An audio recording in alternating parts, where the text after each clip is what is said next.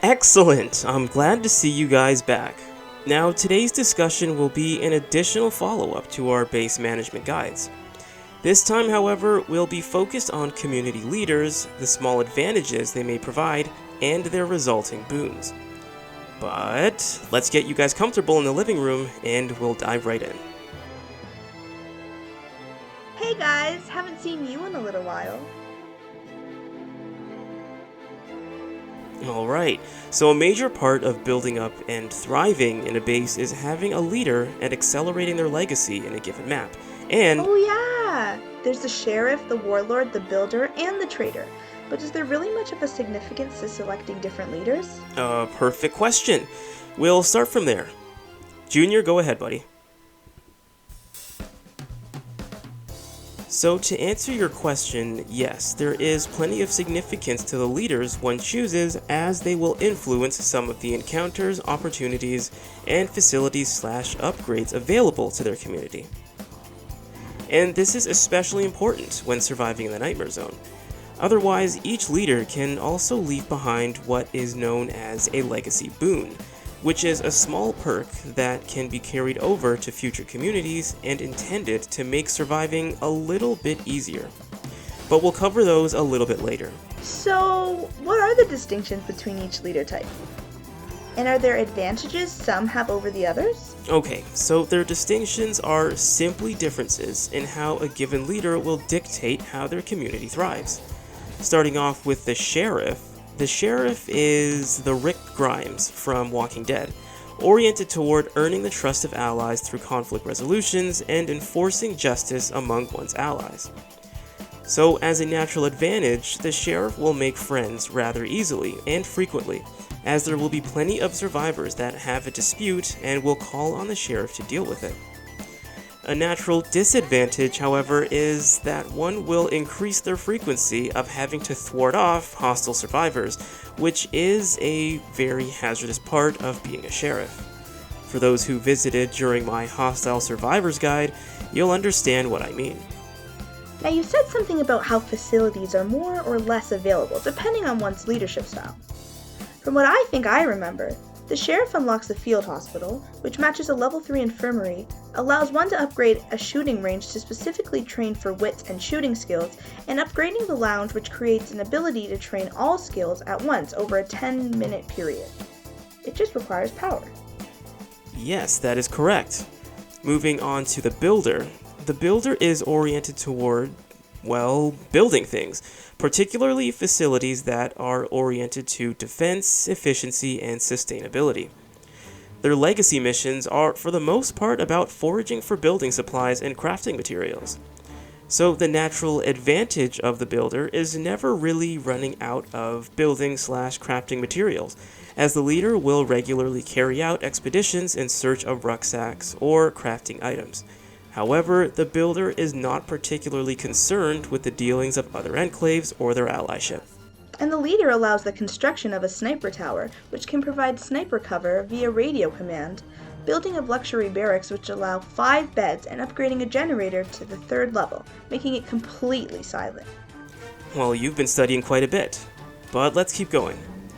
Next we have our Warlord. The Warlord is like the school bully, the dictator, the Adolf Hitler, the governor of the Walking Dead. The Warlord takes what they want and will eliminate anyone that has a problem with that. A Warlord's main focus is on accumulating firepower and creating the ultimate defense through offense.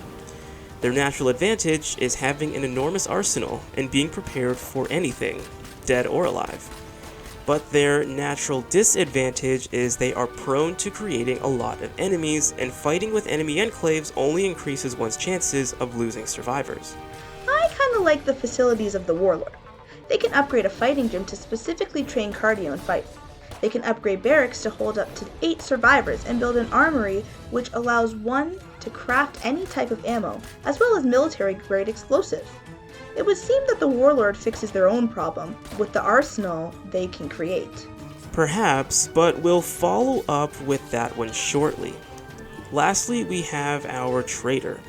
Traders are fixated on accumulating influence, buying and selling valuables. They are similar to the builder, but instead prefer to trade for their items as opposed to scavenging for them. Traders have a major advantage of having access to useful facility mods and rucksacks, and creating trading partners. On the other hand, however, traders may have to go through fickle processes to gain allies and may potentially lose community members depending on who they choose to do business with. And the trader has the ability to upgrade a still to produce luxury items, upgrade the farm to the 3rd level, and construct a trade depot which allows one to summon traders for any resource category for a small fee of influence. So London, when surviving in the Nightmare Zone, which leader would you say is the best to have? As is common with any what is the best X, there really is no straight answer, but simply arguments for any side, which is just another way of saying that what is best is dependent on what one looks for and their playstyle. So I can only speak for myself and make arguments for my playstyle. For those who have been visiting consistently, you'll know that my goals are mainly oriented toward survival and self-sustainability with very little dependence on external/uncontrollable variables. So from the perspective of a playthrough without boons, I would say that traders and builders, in that order, have the greatest advantages for surviving in the Nightmare Zone. Meanwhile, the Sheriff and Warlord have the lower advantages, in that order. The main advantage I see with traders is their ability to summon any trader that they want, aside from the network and mysterious traders, for a small fee. This essentially allows them to get a hold of most facility mods crucial to the sustainability of their community. Not to mention, they can live off of the rucksacks of those traders. Now, the reason I put the builder second and Sheriff third is because of the boons that follow. Wait, London, can you explain each of the boons that the leaders can provide, and which would you say are the most useful? Well, that is where we were headed next. So the 4 boons one can get are Charity from the Sheriff, Mobilization from the Warlord, Amenities from the Builder, and Favors from the Trader. Charity provides daily high-value supplies to a given community. Mobilization allows one to start off with a large cache of weapons and ammo. Amenities provides free water and power to a community wherever they decide to fortify. And Favors provides a community to start off with 4,000 units of influence and a trader to visit them. Now, with these in mind, I would say that the Builder boon easily takes the win. Instead of sacrificing a large or small slot, or even an outpost for base-wide water and power, one can now put those spaces to alternative use, and both amenities are paramount to a successful base. For those that have paid attention to my base guide and 5th tier skill selection, this does not eliminate the need for the utility skill, as it is a requirement for hydroponics. But anyway, with all that said, an argument can be made for the builder being the best leader to finish with. So that way, future communities have an easier time surviving with the amenities boon. After amenities, I would say the charity boon comes second, simply due to its permanent effects as opposed to a one-time use. Third, I say the mobilization boon, since it can provide crucial tools to initially surviving in the Nightmare Zone, given how easy it is to die. This leaves the Favors boon for last, and that is not to say that it is a bad boon, but one that I can easily do without. But London, I would argue that the Favors boon would be better than mobilization, because with an extra 4,000 influence when starting, there's absolutely nothing stopping you from purchasing outposts or moving to bigger bases upon gaining enough survivors and buying whatever you want from traders. And didn't you say in one of your base management guides that getting out of the tutorial homes is priority 1? You make a compelling argument, which ultimately goes back to what I was saying earlier. The choices one makes here are up to argument and opinion. Personally, I'm more concerned with my survival than getting somewhere faster. I can't lose if I don't die. So if I'm choosing between a heavy arsenal in the tutorial home and a speed boost to a bigger base with less effective survivors, I will choose the former. But that is just me. Fair enough, London. But just backtracking a little bit, in regards to which leader type is the most beneficial, isn't it a hard choice between the trader and the builder? One may want to play as a builder for their extremely helpful boon, but one may also want to play as a trader for an easier playthrough. What would you recommend? Beautiful question. So, yes, it is a hard choice when attempting to survive in the Nightmare Zone. Should you start off with the advantageous trader, who will arguably have an easier time acquiring resources but for relatively non-favorable boon, or should you bite the hard bullet as a builder and make the rest of your playthroughs much easier with their boon? Well, this is simply dependent on 3 factors. First, if one is only planning on playing through a single time, then absolutely go with the trader. If planning for multiple attempts, then bite the hard bullet of going through boon lists to make the other 3 easier. Now, my third factor is simply a matter of philosophy and discipline. Okay, here we go with your strange Londonisms. Hush now. Now, I always like to plan for the worst, but hope for the best. Get used to playing on the hardest difficulty and work my way down. Take the route that will hone my skills to the nth degree so as to erase all possibilities of dependence on external aid. Pretty much, I would say there is more benefit from taking the harder route in regards to skill acquisition as opposed to the easy route. For example, going from the standard zone all the way up to the nightmare zone is a nightmare in and of itself, because there are going to be a bunch of old habits one will have to break and replace with newer beneficial ones that can be applied to any difficulty. However, if one starts off learning the most beneficial habits, then everything else becomes easier. A great survivor is bred in the harshest of conditions, so I would argue that it is most beneficial for one to play through with a builder first and allow everything else to become easier. That was very deep, London.